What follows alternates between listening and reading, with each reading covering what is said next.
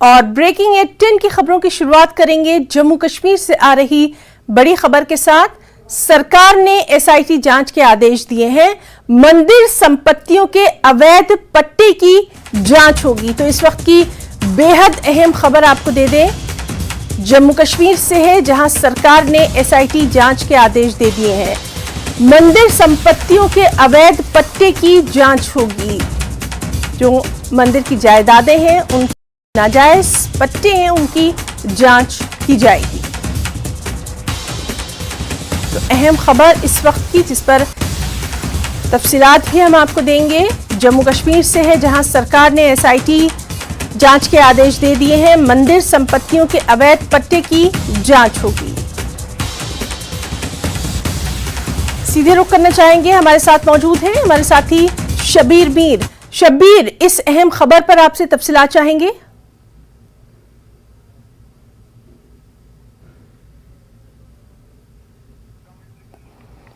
तो आपको बताएं कि अहम खबर है जिस पर हम तफसीलात आपको देंगे, जहां जम्मू कश्मीर में सरकार ने एसआईटी जांच के आदेश दे दिए हैं। मंदिर संपत्तियों के अवैध पट्टे की जांच होगी। हमारे साथ हमारे संवाददाता ईशान मौजूद हैं, उन्हीं से हम जानकारी हासिल करेंगे। ईशान, इस अहम खबर के ताल्लुक से क्या कुछ अपडेट है आपके पास?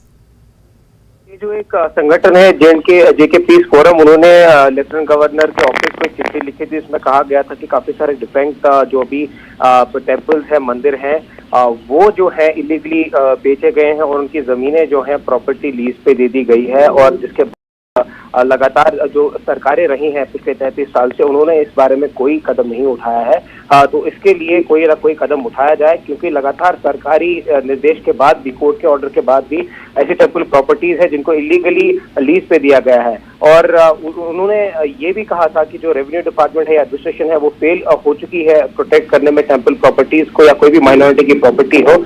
और उसकी वजह से कहीं ना कहीं एक ऐसा माहौल बन रहा है जिसकी वजह से उनको कश्मीरी पंडित का जो वापसी का लगातार सरकार कह रही है, उससे कहीं ना कहीं सवाल खड़े होते हैं। तो अगर वो सीरियस है, इसके बारे में कुछ ना कुछ कदम उठाए जाए।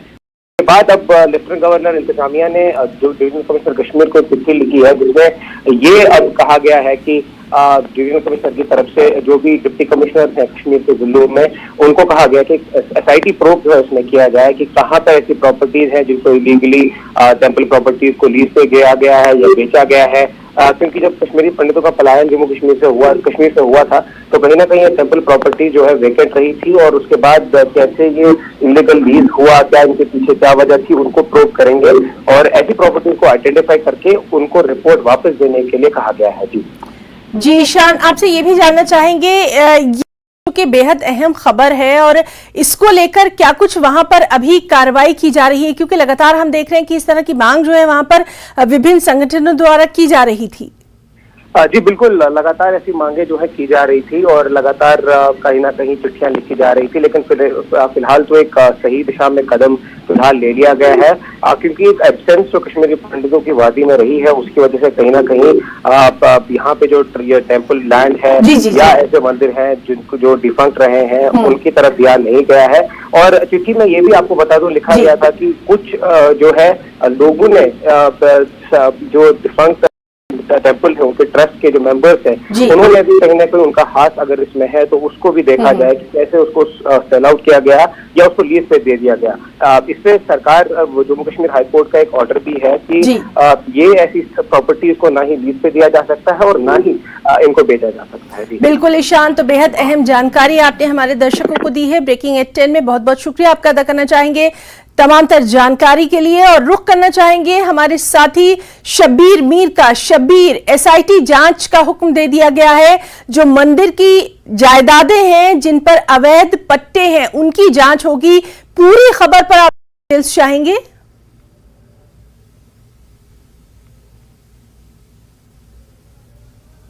और 2010 से, अगर सही कहें तो 2010 से ही चल रहा है। हाईकोर्ट में भी मामला गया और इसमें दो मामले हैं। एक तो ये कि कुछ लोगों ने लीज पे जमीन ली है गलत तरीके से और उस जमीन का फिर इस्तेमाल अपने फायदे के लिए किया है, दुकानें खड़ी की हैं। एक मामले में तो बाकायदा इल्जाम ये है कि होटल वहां पे खड़ा किया गया है। दूसरा ये कि कुछ ट्रस्ट्स आ गए हैं जिनका ताल्लुक जम्मू कश्मीर से नहीं है, खासतौर पे कश्मीर से नहीं है, वो उन ट्रस्ट्स ने कुछ मंदिर प्रॉपर्टीज पे कब्जा जमा के वहां पे अपना ही एक पूरी मैनेजमेंट खड़ी की है और उनके जरिए से कुछ फ्रॉड्स हुए हैं। तो दोनों मामले यही है। 2010 में एक केस हाईकोर्ट गया था तो उन्होंने इसमें ये कहा था कि इस प्रॉपर्टी को बाकायदा इस पे लीज आउट नहीं कर सकते, पट्टा नहीं दे सकते इसका, तो इसकी हिफाजत की जाए। लेकिन कुछ खास कार्रवाई इस पे हुई नहीं। कुछ मामलात में कार्रवाई हुई लेकिन कुछ मामलात में ये जो पीस फोरम की बात है, उससे अलावा कई और संगठन है जिन्होंने इस पे गवर्नर, लेफ्टिनेंट गवर्नर के ऑफिस को अप्रोच किया था। हाल ही में संजय सराफ भी गए थे, उन्होंने मामलात उठाए थे। बिशंबर नगर का मामला है। कई मामलों में तो प्रॉपर्टी जो थी, जो या कुछ और जो मजहबी मकामात है, उनकी साथ में जो प्रॉपर्टी है उस पे या तो कब्जे हैं या उन पे दुकानें बनी है, ये इल्जाम है। इस मामले पे कोर्ट की डायरेक्शन साफ थी, पट्टा नहीं दे सकते, लीज नहीं कर सकते, लेकिन अभी तक कोई खास कार्रवाई हुई नहीं। अब सीधे तौर पे जब एलजी ऑफिस अप्रोच हुआ तो उन्होंने बाकायदा इस पे अब सिट बिठाया है और डिप्टी कमिश्नर्स को यह हिदायत दी है कि आप आइडेंटिफाई नहीं करो, आप आइडेंटिफाई करके हमें दे दो ताकि इस पे आप कार्रवाई हो। जी शब्बीर, इस तरह की मांग हम देखते रहे हैं, लगातार उठती रही है। खासतौर पर कश्मीरी जो पंडित हैं उनकी वादी वापसी की बात हुई है तो ये मुद्दा उठता रहा है। हम इस तरह की कई खबरें जो है दिखाते रहे हैं। तो इस डायरेक्शन में एसआईटी की जो यहाँ पर पूरा गठन किया जा रहा है, बेहद बड़ा कदम इसको मान सकते हैं। किस तरह से आप इसको देखेंगे? देखिए, इसमें कोई शक नहीं है, ये बहुत जरूरी भी है और इसको पहले ही हो जाना चाहिए था। सिट से पहले ही कुछ कार्रवाइयां जरूर हुई कुछ डिस्ट्रिक्ट्स में, लेकिन इस तरह की बड़ी कार्रवाइयां नहीं हुई और ये इतना सीधा मामला भी नहीं है। इसमें इन्वॉल्वमेंट कुछ मैनेजमेंट्स की है जो बाद में बनाई गई, जिनके बारे में पंडित है आमतौर पे ये कह रहे हैं कि ये सही मैनेजमेंट्स नहीं है या इनको कानूनी हक नहीं है, ये किसी को पट्टानामा दे दें, किसी को लीज दे दें। दूसरी बात ये कि अब कुछ मकामात पे दुकानें बनी है। कुछ एक दो मामलों में तो सीधा इल्जाम है कि वहां पे होटल जो बना है वो मंदिर की प्रॉपर्टी पे बना है। तो इतना आसान मामला भी नहीं है। अगर होता तो शायद हाईकोर्ट के ऑर्डर के बाद ये हल हो जाना चाहिए था। लेकिन जब सीट बैठेगी तो बाकायदा इस पे जो एम्प्लॉइज इन्वॉल्व होंगे, रेवेन्यू डिपार्टमेंट बाकायदा तौर पे इन्वॉल्व होगा इसमें, क्योंकि इसमें जो कार्रवाइयां होती हैं, जो कागजात बनते हैं, वो उन्हीं से है। पूरे मामले को अब ये लगता है कि इसका पूरा एक सिट के जरिए इन्वेस्टिगेशन होगा और जहां जहां पे प्रॉपर्टीज या वो जो लोग बाहर से आए हैं और उन्होंने मैनेजमेंट्स बनाई हैं, उनके खिलाफ भी कार्रवाई होगी। बिल्कुल शब्बीर, आप हमारे साथ बने रहिए। हमारे एक और सहयोगी मनोज कौल से भी हम इस पर बातचीत जो है वो जारी रखेंगे। फिलहाल हम शब्बीर से ही बात करते हैं। शब्बीर, हम आपसे ये भी जानना चाहेंगे, कई तरह की ऑर्गेनाइजेशंस हैं, कई तरह के संगठन हैं जो कि न सिर्फ वहां वादी से बल्कि पूरे मुल्क में इस तरह के उन्होंने मुहिम चला के रखी थी। कहीं ना कहीं अब एसआईटी जांच की जब हुक्म दे दिया गया तो उससे उनको कहीं ना कहीं थोड़ा सा इत्मीनान जरूर मिलेगा कि कम से कम अब कुछ नाम सामने आएंगे। जी बिल्कुल, जहां तक पीस फोरम का ताल्लुक है, ईशान अभी बता रहे थे, उनसे हमारी बात हुई। उन्होंने कहा कि उन्हें अब ये यकीन है कि क्योंकि हाईएस्ट ऑफिस जो यूटी का है वहां से डायरेक्शंस गई हैं, सिट बना दी गई है, तो अब ये मामला हल होगा और इसमें कुछ कोर्ट डायरेक्शंस भी हैं, वो भी अमल में लाई जाएंगी जो पूरी तरह अमल में नहीं लाई गई थी अभी तक। और ये मामला सिर्फ प्रॉपर्टीज का नहीं है, ये इसका ताल्लुक मजहब से भी है और इसका एक ये फ्रॉड भी है एक तरीके से क्या सीधा तौर पे फ्रॉड भी है कि आप एक मंदिर की प्रॉपर्टी, अगर जब कश्मीरी पंडित यहां से चले गए तो उनकी पीछे प्रॉपर्टीज जो रही, मजहबी मकामात की प्रॉपर्टीज, मंदिर हैं या कुछ एक जगह पे तो मामलात गुरुद्वारा के भी आ गए, जिन पे एक मामले पे डिस्ट्रिक्ट एडमिनिस्ट्रेशन ने अच्छी कार्रवाई की और वो वहां से हटाया गया। जो भी इंक्रोचमेंट्स के इल्जामात थे वो हटाए गए और इंक्रोचमेंट्स बाकायदा उनको उनके प्रॉपर्टी उनके हवाले की गई। लेकिन यहाँ पे इसलिए कम्प्लेक्स हो गया ये मामला, थोड़ा सा टेढ़ा हो गया इसलिए कि क्योंकि इस पे अब कुछ एक दो मकामात पे तो खास तौर पे बिल्डिंग्स बनी है या वहां पे दुकानें बनी है जिन पे है, तो इतना आसान भी नहीं है, टेढ़ा मामला है। लेकिन इसमें एक तरीका इनको लगता है कि पीस फोरम के लोगों का ताल्लुक है।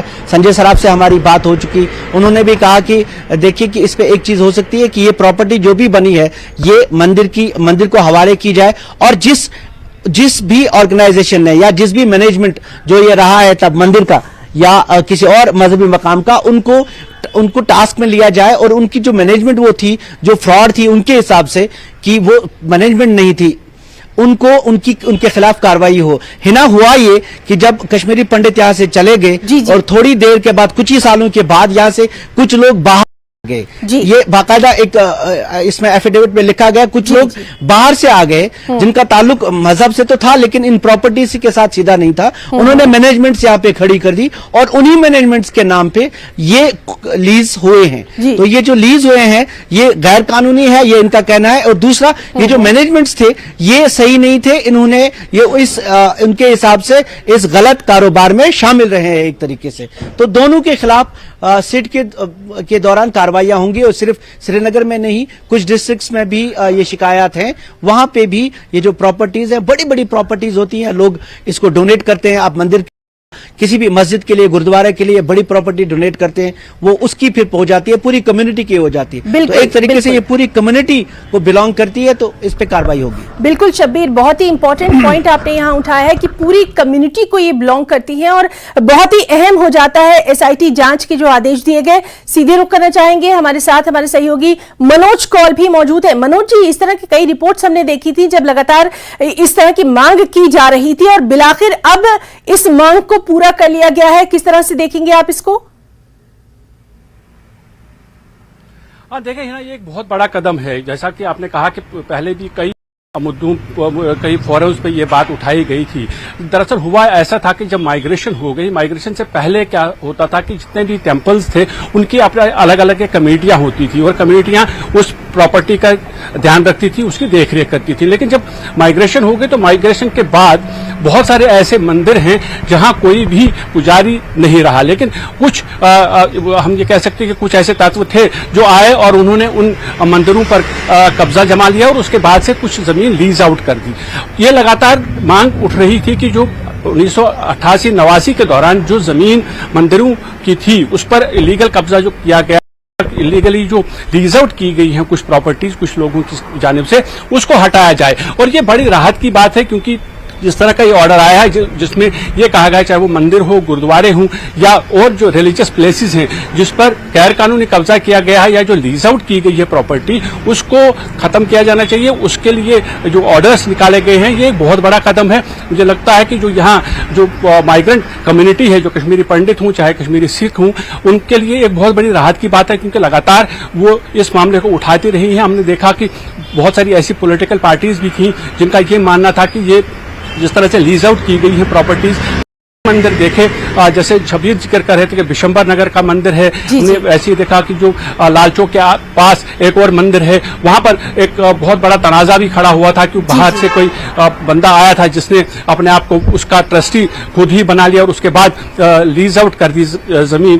तो बहुत सारी ऐसी प्रॉपर्टीज, खासतौर पर श्रीनगर शहर की अगर हम बात करें हिना, तो बहुत ऐसे प्राइम लोकेशंस पर वो मंदिरों की प्रॉपर्टी को हड़प लिया गया है, जहां बड़े बड़े मॉल्स बने हैं, बड़ी बड़े शॉपिंग कॉम्प्लेक्स बने हैं, और उनको कैसे हटाया जाएगा ये सरकार के लिए एक बहुत बड़ी चुनौती होगी। लेकिन जरूर ये राहत की बात है कश्मीरी पंडितों, कश्मीरी सिख और बाकी जो समुदाय है, अगर उनकी प्रॉपर्टीज को, जो रिलीजियस प्रॉपर्टीज है, जो कि सांझा प्रॉपर्टी होती है किसी भी बरादरी की, उसको अगर उसका कब्जा अगर हटा लिया जाएगा, ऑक्यूपेशन उसकी खत्म की जाएगी, तो उसके लिए ये हम कह सकते हैं कि बहुत बड़ी राहत की बात है। हम कोशिश करेंगे कुछ जो कश्मीरी पंडित यहाँ लीडर हैं उनसे बात करने की, क्योंकि ये खबर अभी अभी सामने आई है, उसके बाद उनका रिएक्शन जानना चाहेंगे। और जाहिर तौर पर कि जिस तरह से ये ऑर्डर आया है, तो एक बहुत बड़ी राहत की खबर है सबके। बिल्कुल मनोज, एक बड़ी राहत की खबर है जिस तरह से ये ऑर्डर आया है, और इस पर क्या कुछ रिएक्शन रहेगा उस पर भी लगातार हमारी नजर जो है वो बनी रहेगी। पर शब्बीर, हम आपसे एक और इम्पोर्टेंट पॉइंट ये जानना चाहेंगे, जिस तरह से लगातार हम देखते रहे हैं कि जब भी कश्मीरी पंडितों की वादी वापसी की बात की जाती है, तो वहां पर जो मौजूद हैं, जो दूसरी बिरादरी मौजूद है वो लगातार कहती है कि हम अपने कश्मीरी पंडित भाइयों का खैर मकदम करेंगे, और कश्मीरियत की जो जज्बा है जो पूरी दुनिया में मशहूर है वो भी दिखाई देता है। बहुत सारी ऐसी स्टोरीज भी हमने देखी है जब दूर दराज के इलाकों में जो मंदिर मौजूद हैं उनकी देखभाल मुसलमान भाई करते हैं, वहां पर खुसूसी तौर पर उसकी रखवाली भी की जाती है। इन तमाम चीजों को देखते हुए कम से कम अब जो इलीगल प्रॉपर्टीज पर कब्जे की बात आ रही है, ये बहुत इंपॉर्टेंट हो जाता है कि इन अच्छी चीजों को सामने लाया जाए और बाकायदा जो नाजायज कब्जे हैं उनको देखा जाए और उनके ऊपर कार्रवाई की जाए। बात कर रही थी कि जज्बा आम लोगों का, तो मंदिरों की बाकायदा हिफाजत की गई है बहुत इलाकों में, और नुकसान नहीं पहुंचाने दिया गया, इतना इंश्योर किया गया जी। ये जो कंटेक्स्ट है इसका ताल्लुक यहाँ की आम आबादी से बिल्कुल नहीं है। मनोज जी अभी बता रहे थे, हुआ ये कि जो लोग बाहर से आए वो ब्लैक शीप उन्होंने इसी मजहब का इस्तेमाल करके, सीधे तौर पे कहूंगा, एक मंदिर की जो प्रॉपर्टी लीज आउट हुई है वो किसी मुसलमान ने नहीं की है, वो बाहर से कोई एक शख्स आ गया, उसने मैनेजमेंट बना ली और उसने कहा अब ये मैनेजमेंट हम करेंगे, क्योंकि कश्मीरी पंडित यहाँ तो थे नहीं, उनकी जो मैनेजमेंट थी वो अब उनके हाथ में रही नहीं, उन्होंने एक तरीके से कब्जा जमा लिया, अपनी एक मैनेजमेंट बना ली, उसी मैनेजमेंट के तहत ये फ्रॉड कर दिया। बेचा किसको वो अलग बात है, लेकिन लीज आउट कर लिया, इसके कागजात बनाए बाकायदा, तो वो कागजात कैसे बने उनको भी जवाब देना होगा, और जिसने ये फ्रॉड किया वो भी उसका भी हिसाब लगाना जरूरी है, क्योंकि फ्रॉड एक मैनेजमेंट एक फ्रॉड तरीके से हुई। मनोज जी भी बता रहे थे, एक मामले में एक स्टोरीज भी इसकी बाकायदा बाहर आ गई, लेकिन ये है कि ये ब्लैक शीप जो होते हैं ये मैनेजमेंट के थ्रू इन्होंने, जाहिर सी बात है, एक जगह पे तो ये इल्जाम है कि होटल बना है, वो होटल जिसने बनाया उसने लीज आउट किया, उसने लीज प्रॉपर्टी ले ली, लीज जिससे ले ली वो एक फ्रॉड मैनेजमेंट थी, जो इल्जाम है कि वो फ्रॉड मैनेजमेंट थी। इसी तरह ये जो प्रॉपर्टीज लीज आउट हुई, कहीं कहीं पे कब्जे भी हो सकते हैं, लेकिन वो बहुत बड़े कब्जे नहीं हुए, लेकिन ज्यादातर ये लीज आउट के मामले हैं और प्राइम लोकेशंस पे जमीन है, वहां पे दुकानें खड़ी की उससे लीज लेके, तो अब ये एक सिट के जरिए ये पूरा मामला साफ होगा, और यहाँ की जो आम लोग हैं वो इसका भरपूर साथ देंगे। कोई किसी की चोरी में या किसी मजहबी मकाम पे इंक्रोचमेंट का साथ नहीं दे सकता, और यहाँ के कल्चर में ये कभी भी शामिल नहीं था। बिल्कुल शब्बीर, बहुत अच्छी तरह से आपने ये बात हमारे तमाम नाज़रीन तक पहुंचाई है, और शब्बीर और मनोज कौल, आप दोनों साथियों का यहाँ इस बेहद अहम खबर पर तमाम तर तफसीलात देने के लिए बहुत बहुत शुक्रिया अदा करना चाहेंगे। इस खबर से जुड़ी तमाम तर अपडेट हम अपने दर्शकों तक पहुंचाते रहेंगे, और फिलहाल यहाँ रुकना चाहेंगे एक छोटी सी ब्रेक के लिए।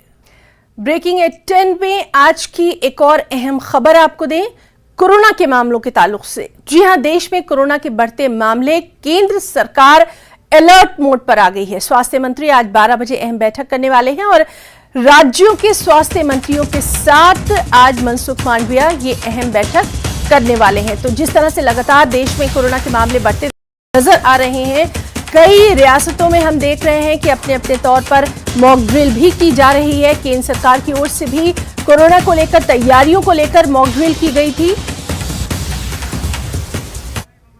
इन्हीं तमाम बातों पर स्वास्थ्य मंत्री आज 12 बजे बैठक करने वाले हैं। सीधे रुख करना चाहेंगे, दिल्ली से मौजूद हैं हमारे साथी फराह खान। फराह, आपसे जानना चाहेंगे, कोरोना के मामले लगातार बढ़ते जा रहे हैं और जो सेंटर है वो भी अलर्ट मोड पर नजर आ रहा है। इस सिलसिले में आज अहम बैठक भी होने वाली है, तफसीलात चाहेंगे।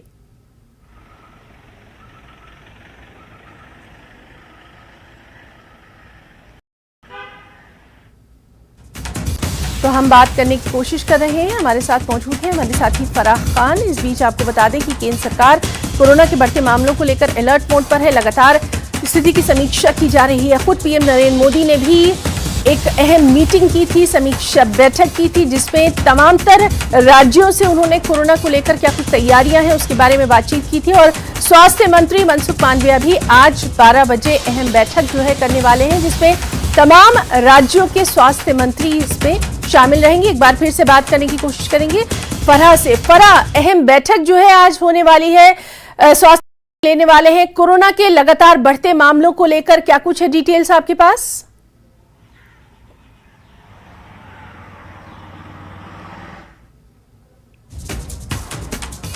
तो फरा से हम राब्ता करने की कोशिश कर रहे हैं और उनकी से हम जानने की कोशिश करेंगे कि आज जो ये अहम मीटिंग होने वाली है क्या कुछ इसमें खास रहने वाला है, क्योंकि जिस तरह से लगातार कोरोना के मामले जो है वो बढ़ते जा रहे हैं उसको लेकर मॉक ड्रिल भी हर रियासत में की गई है। फरा, आपसे जानना चाहेंगे क्या अहम रहने वाला है आज जब स्वास्थ्य मंत्री 12 बजे बैठक करेंगे?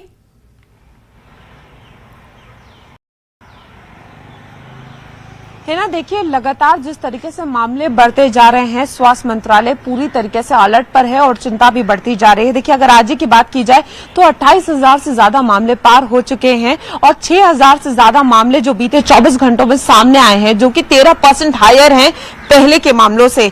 इसी को देखते हुए जो है आज वो अहम बैठक होनी है। ये वीडियो कॉन्फ्रेंसिंग के माध्यम से 12 बजे बैठक होगी। स्वास्थ्य मंत्री, राज्यों के स्वास्थ्य मंत्रियों के साथ, एनटीगी के साथ, कोविड टास्क फोर्स और नीति आयोग के जो अधिकारी हैं ये सब शामिल होंगे। देखिए इन जो अहम मुद्दे रहने वाले हैं वो ये रहने वाले हैं कि 10 और 11 अप्रैल को में मॉक ड्रिल होनी है, तो उसके लिए क्या इंतजाम किए गए, क्या पुख्ता इंतजाम है। क्योंकि देखिए जिस तरीके से मामले बढ़ते जा रहे हैं, ये बार बार राज्यों को कहा गया है कि उन्हें टाइम भी दिया गया था, अब उन्हें तैयारियां तेज करनी है। तो उनकी आज रिव्यू मीटिंग एक तरीके से कह सकते हैं इसे, कि उनसे पूछा जाएगा क्या तैयारियां हैं, PSA plants, ventilator, ICU beds और सबसे इंपॉर्टेंट क्या वो पूरी तरीके से डॉक्टर्स व हेल्थ वर्कर्स तैयार हैं। क्योंकि देखिए जिस तरीके से मामले बढ़ते जा रहे हैं, जो XBB 1.16 वेरिएंट है ये तेजी से फैल रहा है। हालांकि अभी इसकी सीरियस और डेथ मोर्टेलिटी की बात की जाए तो वो नहीं है, लेकिन राज्यों में जो है वो मौतें होने लगी हैं। आज ही 13 मौतें सामने जो है वो 24 घंटों में आई हैं और राज्यों में जो है वो देखा जा रहा है सबसे ज्यादा महाराष्ट्र की बात की जाए, गुजरात की बात की जाए, इन सब में मामले ज्यादा हैं। तो जिन राज्यों में मामले ज्यादा हैं, डेथ ज्यादा हो रही है, उन राज्यों को जो है वो निर्देश भी दिए जा सकते हैं और उनसे पूरी एक रिपोर्ट मांगी जाएगी कि किस तरीके से मॉनिटरिंग हो रही है, T3 की नीति जो है वो अपनाई जा रही है या नहीं, या ये भी देखा जाएगा कि वहां पर जीनोम सिक्वेंसिंग हो रही है नहीं, क्योंकि है ना जीनोम सिक्वेंसिंग बहुत ज्यादा जरूरी हो गई है। क्योंकि वेरिएंट्स जो है वो अपना रूप बदल रहे हैं और जिस तरीके से ये पनप रहे उनके लिए बहुत ज्यादा जरूरी है कि जिनकी भी कोविड रिपोर्ट्स आ रही हैं उनकी जीनोम सिक्वेंसिंग। और दूसरी तरफ एक और चैलेंज है स्वास्थ्य मंत्रालय के लिए कि जिन लोगों ने एंटीबायोटिक्स का सेवन किया है वो लोग ठीक नहीं हो रहे हैं, उनकी रिपोर्ट्स में एंटी रेजिस्टेंस सामने आ रहा है। तो उन सारी चीजों पर भी जो है वो चर्चा की जाएगी कि ऐसे कौन से राज्य हैं जहां पर केसेस जो हैं वो लगातार बढ़ते जा रहे हैं, उन्हें क्या निर्देश देने। तो ये भी माना जा रहा है कि 12 बजे की मीटिंग के बाद कुछ अहम निर्देश कुछ राज्यों को निकल के सामने आ सकते हैं जहां पर केसेस ज्यादा हैं। और मॉक ड्रिल के लिए जो है वो तैयारियां तेज करने को राज्यों से पहले ही कहा गया था। समीक्षा की जाएगी कि किस राज्य ने किस तरीके से तैयारियां की हैं, क्योंकि अब बहुत ज्यादा जरूरी हो गया है कि तैयारियां पूरी की जाएं, क्योंकि जो मंजर हम देख चुके हैं वो नौबत दोबारा से ना आए, इसी के लिए जो है वो सारी तैयारियां की जा रही हैं। यहाँ आपने बहुत अच्छी बात ये कही है कि कमोबेश यही वो मंथ थे, यही वो महीने थे जब कोरोना ने पिछली कई बार अपने तेजी से पैर पसारे हैं और उसको देखते हुए आज की जो मीटिंग है काफी अहम रहने वाली है। फरा, हम आपसे ये जानना चाहेंगे, कोरोना प्रोटोकॉल्स की लगातार बात की जा रही है, क्या वो आमतौर पर नजर आ रहा है? क्या लोगों को ये एहसास है कि किस खतरे की तरफ वो बढ़ रहे हैं? कम से कम प्रिकॉशन लेना बहुत जरूरी है, जिसकी बात लगातार हम अपने चैनल पे करते रहे हैं कि डरना नहीं है, एहतियात बरतना है। देखिए है ना, बार बार ये कहा जा रहा है कि डरना नहीं है, एहतियात रखनी है। इस वायरस को देखिए हल्के में भी नहीं लेना है और ऐसा भी नहीं है कि बहुत पैनिक होना है, लेकिन वो जो है वो दिख नहीं रहा है कि लोग उस तरीके से एहतियात बरत रहे हैं। क्योंकि कहीं ना कहीं जो लोग हैं वो मंजर भूल चुके हैं जिसकी अभी हम बात कर रहे थे।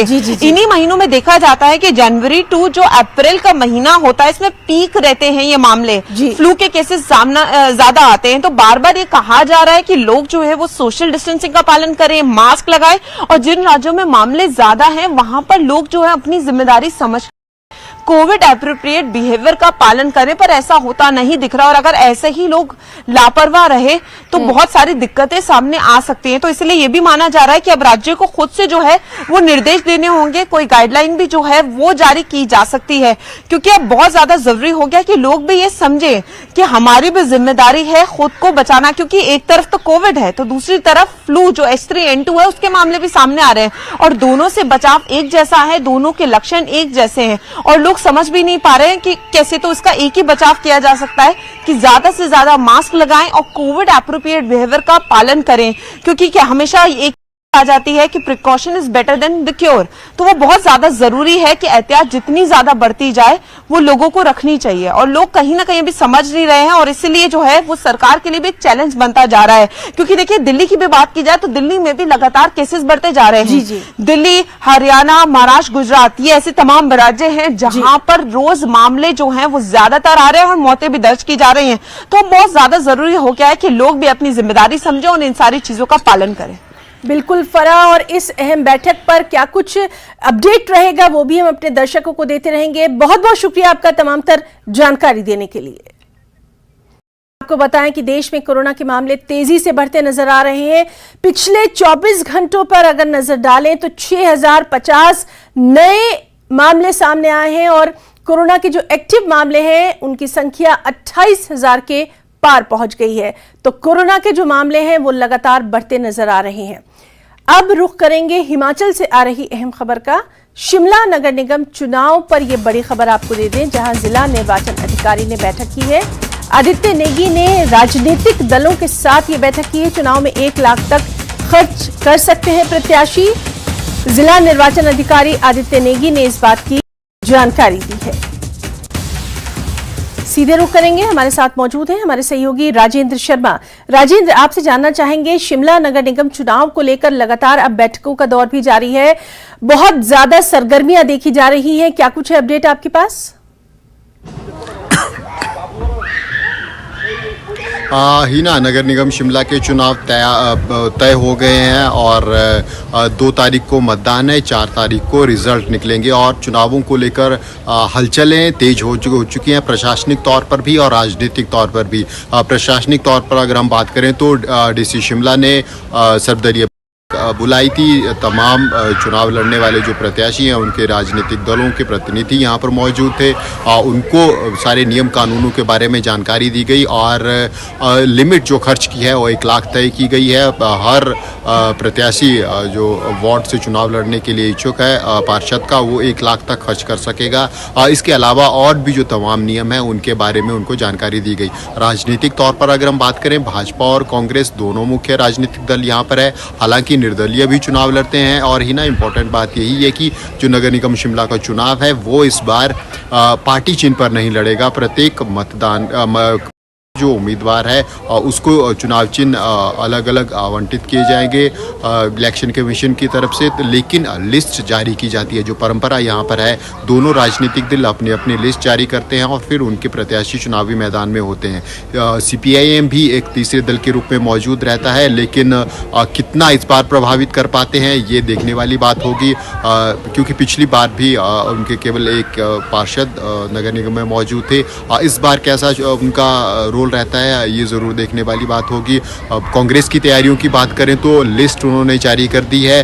जो प्रभारी लगाए गए हैं, चाहे मीडिया को लेकर अगर हम बात करें, मीडिया का दायित्व जो मुख्यमंत्री के मीडिया एडवाइज़र है नरेश चौहान, उनको दिया गया है। इसके अलावा कंट्रोल रूम बनाया गया है कांग्रेस की तरफ से, उसका दायित्व यशवंत छास्टा को दिया गया है, वरिष्ठ नेता कांग्रेस के हैं। और को इंचार्ज सौरभ चौहान को लगाया गया है, युवा नेता हैं कांग्रेस के। भाजपा की बात करें तो तमाम विधायकों को वार्ड वाइज ड्यूटी दी गई है जो भाजपा के हैं। इसके अलावा जो शिमला जिला से संबंध रखने वाले प्रत्याशी हैं जिन्होंने भाजपा से चुनाव लड़ा है, उनको भी शिमला में वार्ड वाइज अहम ड्यूटी दी गई है। इसके अलावा भाजपा के प्रदेश स्तर के जो पदाधिकारी हैं उनको अहम चुनावों में ड्यूटी दी गई है। तमाम जो हम कह सकते हैं कि भाजपा ने अपना पूरा अमला नगर निगम शिमला के चुनावों में झोंक दिया है। कांग्रेस की तरफ से भी यही स्थिति है। शिमला जो शहरी क्षेत्र है, यहाँ से चुनाव लड़ने के जितने भी प्रत्याशी इच्छुक थे विधायक के, उन सभी को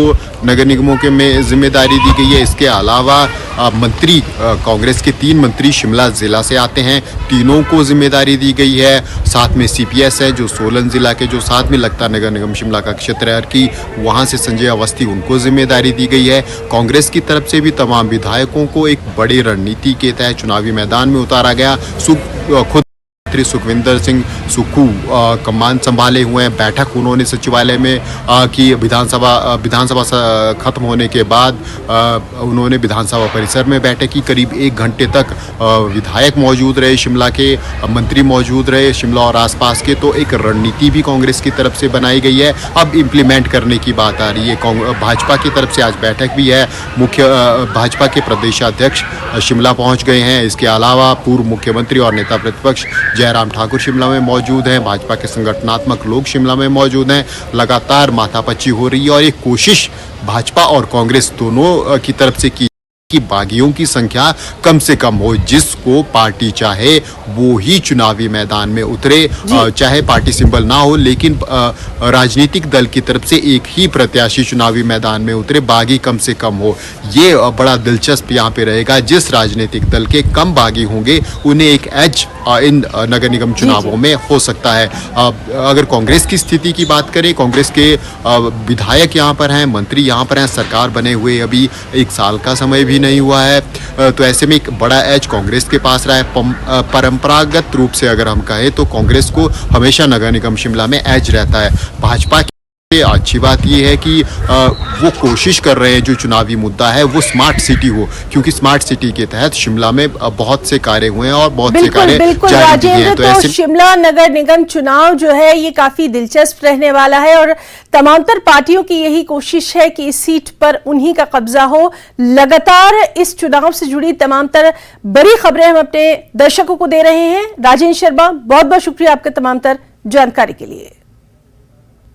और ब्रेक के बाद ब्रेकिंग एट 10 में एक बार फिर से आपका बहुत स्वागत करते हैं। बानेहाल से बड़ी खबर आपको दे दें, जहां खारी लिंक रोड धंस गई है। इलाके की जो रेलवे निर्माण परियोजनाएं हैं ये इससे प्रभावित हुई हैं। एसडीएम बानेहाल का बयान सामने आया है कि का काम किया जा रहा है। तो इस बड़ी खबर पर लगातार आपको अपडेट दे रहे हैं। बानेहाल से ये बड़ी खबर है जहां खारी लिंक रोड धंस गई है और इलाके की रेलवे निर्माण परियोजनाओं यानी रेलवे के जो तामीरी काम है उससे जुड़ी तमामतर स्कीमें इससे असरअंदाज हुई हैं। हालांकि एसडीएम बानेहाल का बयान सामने आया है कि मरम्मत काम तेजी से किया जा रहा है।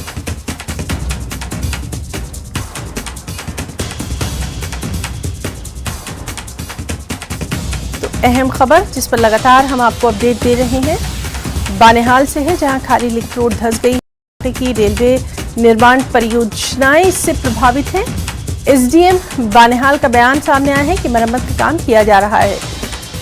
तो सुबह जब हम इस पर बात कर रहे थे तो आपको बता रहे थे कि काम जो है वो लगातार जारी है और मजीद अपडेट भी हम हासिल करने की कोशिश करेंगे कि ये काम अब तक कहां पर पहुंचा है। और सीधे रुख करना चाहेंगे, हमारे साथ मौजूद है हमारे साथी तस्कीन आपसे जानना चाहेंगे अभी तक मरम्मत का काम कहां तक पहुंचा है?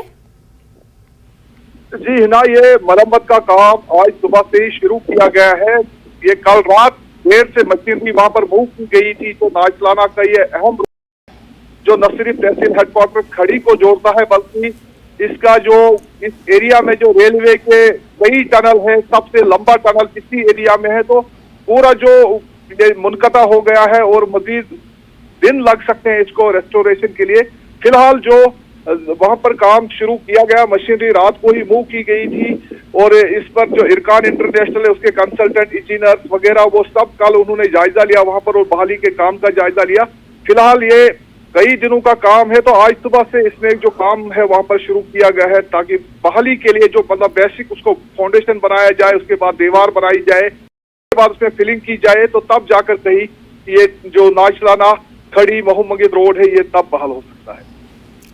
तस्कीन, आपसे जानना चाहेंगे इस सब के बीच में आमदोरफ्त सबसे ज्यादा मुतासिर हुई है, ट्रैफिक सबसे ज्यादा मुतासिर हुआ है क्योंकि बेहद अहम राब्ता सड़क है ये।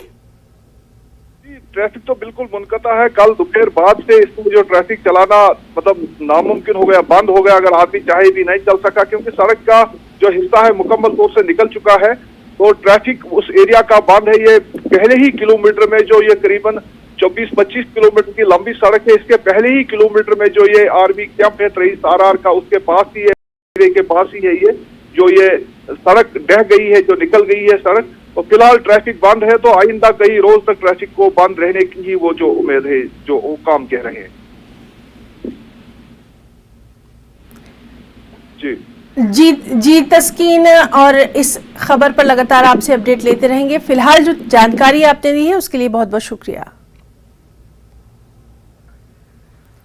एक और अहम खबर, श्रीनगर पुलिस की बड़ी कार्रवाई सामने आई है। सीमा पार तस्करी का भांडाफोड़, 2 नार्को तस्करों को गिरफ्तार किया गया है और इनके कब्जे से 70 करोड़ की हेरोइन जब्त की गई है।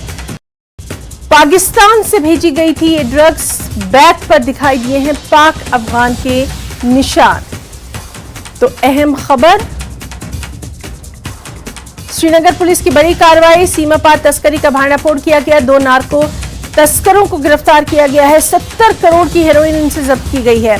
पाकिस्तान से ये ड्रग्स भेजी गई थी क्योंकि बैग पर पाक अफगान के निशान जो हैं वो दिखाई दिए हैं। आपको बताया कि नशे के सौदागरों पर शिकंजा जो है वो लगातार कसता जा रहा है और उसी सिलसिले की ये कार्रवाई श्रीनगर पुलिस के सामने आई है, जहां नशा तस्करों से 70 करोड़ की हेरोइन जब्त गई है। पुलिस ने 2 नशा तस्करों को भी गिरफ्तार किया है। जम्मू कश्मीर में 2022 में एनडीपीएस एक्ट के तहत 2085 गिरफ्तारियां हुई हैं। आपको बताएं कि जम्मू कश्मीर में सभी केंद्र शासित प्रदेशों में सबसे अधिक गिरफ्तारियां की गई हैं। दिल्ली का स्थान दूसरे नंबर पर है और गृह राज्य मंत्री नित्यानंद राय ने ये तमाम तर जानकारी दी है। तो लगातार हम देख रहे हैं कि नशे के कारोबारियों पर जो शिकंजा है पुलिस का वो कसता जा रहा है। तो एक बड़ी खेप यहां पर बरामद की गई है, पुलिस को एक बड़ी कामयाबी यहां हाथ लगी है। तो बेहद अहम खबर, नशे के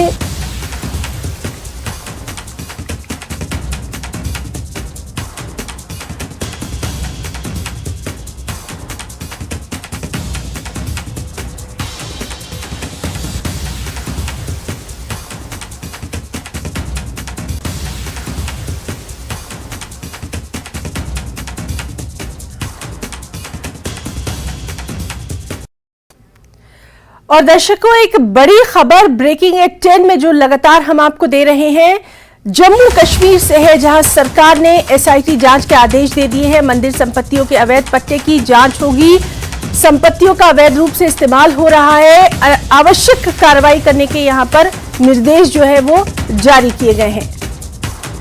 इसी पर हम बात करेंगे। हमारे साथ मौजूद है हमारे बहुत ही खास मेहमान जो कि शिकायत करता है, जिन्होंने शिकायत की थी, सतीश मालधार साहब। सतीश साहब, आपका बहुत स्वागत करना चाहेंगे न्यूज़ 18 जम्मू कश्मीर लद्दाख हिमाचल में। और बेहद अहम आपसे हम फर्स्ट रिएक्शन जानना चाहेंगे क्योंकि लगातार हम देख रहे हैं कि ये बात जो है ये हर तरफ से की जा रही थी, अब एसआईटी जांच के आदेश दे दिए गए हैं। फर्स्ट रिएक्शन आपका। देखिए, सबसे पहले हम तहे दिल से शुक्रिया कर रहे हैं माननीय गवर्नर साहब का।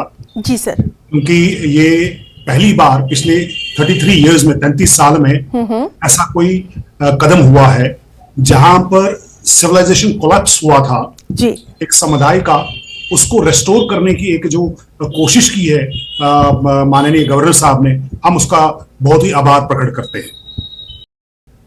ये देखिए, ये देखने की बात है, despite the distress cell act in the place, उसके बावजूद कुछ लोग यहां पर जो लैंड माफिया से जुड़े थे जी, उन्होंने इस माइनॉरिटी कम्युनिटीज की जो टेंपल प्रॉपर्टीज है, लैंड्स हैं, कहीं पे ग्रैब किया और कुछ गवर्नमेंट ऑफिसर्स के साथ मिलके एक साजिश रची जहां पर प्रॉपर्टीज को बेचा गया, लैंड्स को बेचा गया और कुछ लीज आउट किए गए। हम पिछले, ये देखिए, कश्मीर में कश्मीरी पंडित थे, कश्मीरी संघर्ष समिति के लोग जो है हाई कोर्ट में भी गए जी सर, 2008 से कंटिन्यूसली जा रहे हैं। एक 2 3 केस वहां पर अभी भी चल रहे हैं जी सर। 2 केस में तो जजमेंट भी हाई कोर्ट ने दिया कि it is a responsibility of the state government and administration की वो माइनॉरिटीज की प्रॉपर्टीज का ध्यान रखे, खासतौर पर टेम्पल्स का। बट उसके बावजूद भी कुछ नहीं हो पा रहा है। जो अभी भी एक केस जो 2021 में चालू है, अभी उसके ऊपर जजमेंट नहीं है, टेम्पल्स को लेके ही है, प्रॉपर्टीज को लेके ही है, जिसमें कश्मीरी संघर्ष समिति ने केस किया था जी। देखने की बात है कि बार बार हम सरकार के पास जाते आ रहे थे, बट कुछ भी नहीं हो रहा है। जो एक्चुअल टेम्परेचर है, देखिए इसमें जब हम डायरेक्टरेट ऑफ इंडस्ट्रीज या रजिस्ट्रार ऑफ कोऑपरेटिव सोसाइटीज के पास जाते हैं तो हम कहते हैं कि आप बताइए टेम्पल कितने या इनके ट्रस्ट कितने रजिस्टर्ड है। वो कहते हैं यहाँ पर कोई भी रजिस्टर्ड ट्रस्ट नहीं है। जी सर। अगर रजिस्टर्ड ट्रस्ट नहीं है तो in absence of the community ये कौन लोग हैं या माइग्रेंट्स हैं Exactly. जो यहाँ पर अथॉराइज करके टेम्पल्स की प्रॉपर्टीज को चला रहे हैं या उनके नाम पे रेवेन्यू ऑफिस में साइन कर रहे हैं। नंबर 1। नंबर 2 देखने की बात ये है ये रेवेन्यू ऑफिसर्स कौन से हैं जो इन जो माइग्रेंट्स है या इलीगल मैनेजमेंट है जी as per registrar of cooperative societies, ना ही कोई उनके पास रजिस्टर्ड है, ना ही कोई इलेक्शन कंडक्ट किया गया है। तो ये कौन लोग हैं जो इन संस्थाओं को चला रहे हैं, इन संस्थाओं से पैसा इकट्ठा कर रहे हैं। और हमें इस बात का भी बहुत बड़ा अंदेशा है कि कहीं ये क्रिमिनल एक्टिविटीज या एंटी नेशनल एक्टिविटीज में तो कहीं ये पैसा तो नहीं इस्तेमाल किया जा रहा है। इसमें एक और देखने की बात है जी सर, 1990 से लेके 2023 तक अभी तक की बात है। अभी तक किसी भी संस्था ने कोई ऑडिट रिपोर्ट नहीं दिया है, ना ही कोई इलेक्शन किया है, ना ही कुछ लोग यहां पर रहते हैं। उसके बावजूद सरकारों की आंखों के नीचे उनको सुरमा डालते हुए ये मंदिर की प्रॉपर्टीज को बेच रहे हैं। कई जगहों पे होटल्स बन चुके हैं, कई जगहों पे रेंट आ रहे हैं। वो कहां जा रहा है पैसा कुछ नहीं किसी को मालूम। तो ये बड़े चौंकाने वाली बात है कि सरकार को इसके ऊपर बैठी है, रेवेन्यू ऑफिसर्स इसमें कुछ इन्वॉल्व हैं जी, और एडमिनिस्ट्रेशन की, जबकि district sale act is in the place, the DC and Divcom is wholly solely responsible for the properties. Despite that ये काम हो रहे हैं। जी बिल्कुल बिल्कुल। सतीश सर, आपसे ये भी हम जानना चाहेंगे, ये जो काम है ये एक में नहीं हो रहा है बल्कि बरसों से इस तरह का काम जो है वो लगातार जारी है। कम से कम अब एक उम्मीद की किरण जागी है कि नाम तो उजागर होंगे, पता तो चलेगा कि कौन लोग इसमें इन्वॉल्व हैं। एब्सोल्युटली मैम, जो अब जैसे मैंने कहा कि 1990 के बाद क्योंकि पूरा समुदाय माइग्रेशन की में है, यहाँ पर कश्मीर में नहीं है जी सर, और उसकी आड़ में कुछ माइग्रेंट्स में, इसमें कोई गुरेज नहीं करूंगा, कुछ कश्मीरी पंडित्स भी इसमें इन्वॉल्व हैं जिन्होंने ये गिरोने हरकत की है। और मैं यही सरकार से, एलजी साहब से गुजारिश करता हूं कि इन लोगों को, चाहे वो रेवेन्यू के ऑफिसर्स हैं, चाहे वो पंडित्स हो या बाकी लोग हो या जो लैंड माफिया है, इनकी शिनाख्त करें, इनको सलाखों के पीछे डाले ताकि एक कम्युनिटी में, एक सोसाइटी में एक मैसेज चला जाए। जी जी। और इस पे जिस तरह से आपने ये शिकायत दर्ज करवाई थी उसके बाद कम से कम आपसे बहुत सारे लोग जुड़ते गए होंगे, उन सभी में इस खबर के बाद एक उम्मीद की किरण जागी है कि हाँ अब इंसाफ होगा, कम से कम पता चलेगा। और बहुत सारे लोग जो है वो इसमें इन्वॉल्व जो है होते दिखाई दे रहे हैं। देखिए इसमें एक नहीं कोई, मैंने जैसे आपसे कहा कि हमारे लिए आशा की किरण है, इस बात के लिए माननीय गवर्नर साहब का, माननीय गृह मंत्रालय का मैं बहुत समुदाय की तरफ से बहुत ही धन्यवाद करता हूं कि उन्होंने जो सिविलाइजेशन कोलैप्स हुआ है उसको वापस लाने की, रिटेन करने की बात जो है कि सस्टेन करने की बात जो है कि उन्होंने कोशिश, एक पहल की है। 33 इयर्स में किसी भी सक्सेसिव गवर्नमेंट ने नहीं की। ये पहली बार आज हुआ है कि कोई एसआईटी प्रोब का शब्द सामने आया है। बिल्कुल। और इसमें आप हमारे पूरे समुदाय में खुशी है कि शायद जो हमारा सिविलाइजेशन कोलैप्स हुआ है, शायद एक आशा की किरण जगी है कि हमारा वापस जो है कि जो धर्म है, कल्चर है, रिलीजियस जो डीटीज है और हमने जो सिविलाइजेशन है हम उसको वापस रिटेन करने की कोशिश। बिल्कुल बिल्कुल सतीश सर, आपने यहाँ बिल्कुल सही बात कही है। और ये सिर्फ एक रिलीजियस मामला ही नहीं है, वो तो जज्बात जुड़े ही हुए हैं, लेकिन हमारा जो अपना एक सभ्यता है, हमारा जो कल्चर है, हमारी जो पूरा एक खास तहजीब जुड़ी हुई है, वो भी कहीं ना कहीं इसमें बहुत मायने रखती है। कम से कम हम आगे आने वाली नस्लों को इसकी पहचान तो करवा सकते हैं। मैम, That's the reason मैंने आपसे जो कहा कि दैट जो 1990 में जो कंप्लीट सिविलाइजेशन हुआ था तो उसको रेस्टोर करने की जो पहल की है जो करंट रजीम है, गवर्नर साहब ने, ये बहुत ही सराहने वाली बात है। मैं इसमें सिविल सोसाइटी के जो लोग हैं कश्मीर से, जो अमन पसंद लोग हैं, मैं उनका भी धन्यवाद करता हूं कि जो आगे आए, जिनने कहा कि ये बहुत ही गलत है और हमें जो एक समुदाय जो माइनॉरिटी के लोग हैं उनको इनजस्टिस हुआ, उनको जस्टिस मिलना चाहिए, मैं उनको भी धन्यवाद करता हूं। जी सर, और उम्मीद यही की जानी चाहिए कि एसआईटी के गठन के बाद कम से कम बहुत सारी चीजें, बहुत सारे नाम जो हैं वो इसमें सामने आएंगे। और सर आपसे ये भी जानना चाहेंगे कि इस अहम काम के लिए जब आपने कदम उठाया तो बहुत सारे लोग आपके साथ जुड़ते चले गए थे? क्योंकि एक निराश भी हुए हैं, ऐसा नहीं है कि क्योंकि 33 साल तक तो किसी ने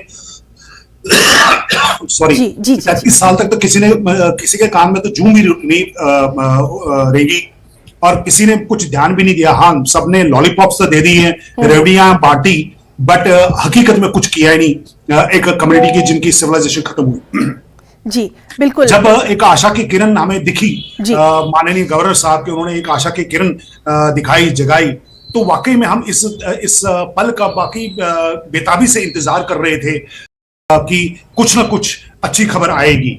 हमें इसमें एक और संदेश अपेक्षा है कि देखिए, क्योंकि पहले भी जो पूर्व जो एसआईटी का गठन किया है, पूर्व जो डिवान साहब थे मिस्टर पोले, उन्होंने भी काफी सारी मशक्कत करने की कोशिश की कि भाई ये जो लैंड रिट्रीव हो जाए, जो एक पर्टिकुलर समुदाय की है, जो इलीगली बेची गई है, लीज आउट की गई है, रेंट आउट की गई है। बट हुआ क्या कि जो कुछ रेवेन्यू के ऑफिशियल्स, जो लैंड माफिया है, वो इतना सक्रिय था कि पिछले 2 सालों से भी उन्होंने रिपोर्ट नहीं दी। और हमें इस बार भी ये है कि डिस्पाइट दी एसआईटी कि वो लैंड माफिया अपना पूरा हथकंडा लगा, क्योंकि उनका इकोसिस्टम इतना तगड़ा है कि इस बारी भी वो ऐसा कुछ रिपोर्ट दे देंगे और कोई कुछ कार्रवाई नहीं करेंगे। सर आप ये भी यहाँ पर हम आपसे ये वर्जन भी जरूर जानना चाहेंगे कि लगातार कई हुकूमतें आई, कई सरकारें आई, उनकी तरफ से कई दावे किए जाते रहे, वादे भी किए जाते रहे, लेकिन कहीं ना कहीं वो भी इस बात के लिए जिम्मेदार है कि अभी तक कोई ठोस कदम क्यों नहीं उठाया गया था। बिल्कुल बेबाकी से ये जरूर आपसे जानना चाहेंगे सतीश सर।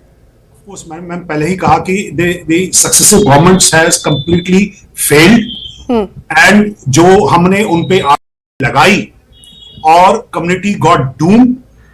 आज 33 साल हुए आशा लगाते हुए कि ये जो हमारा सिविलाइजेशन कोलैप्स हुआ है, we became the victims of the domicide, state machinery completely fail हुई जी, और कुछ ना कुछ ये रिलीफ मिलेगा एक समुदाय को, माइनॉरिटीज को वहां पे जी। और जो सिविलाइजेशन और सोसाइटियल कोलैप्स, सिविलाइजेशन के साथ में सोसाइटियल कोलैप्स भी हो, उसको रेस्टोर करने की कहीं पे पहल होगी। बट वो पूरी सक्सेसिव गवर्नमेंट्स जितने भी रहे हैं, जितनी भी पार्टीज के थे, ऑल हैव फेल्ड। उनके खाली वादे ही वादे रहे।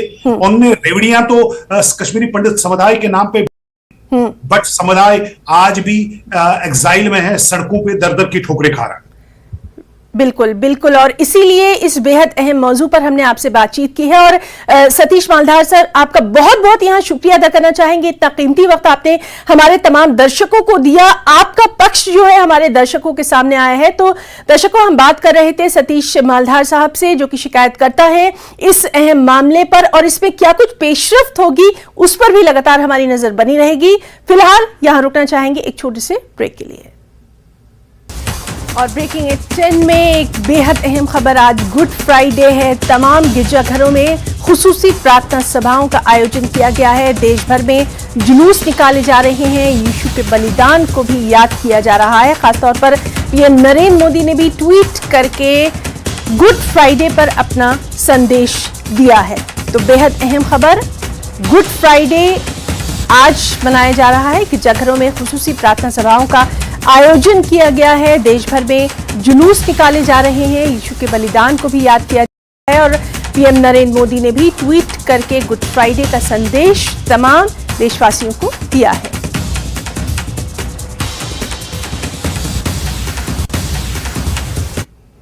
तो ब्रेकिंग एट 10 में आज के लिए फिलहाल इतना ही। नमस्कार।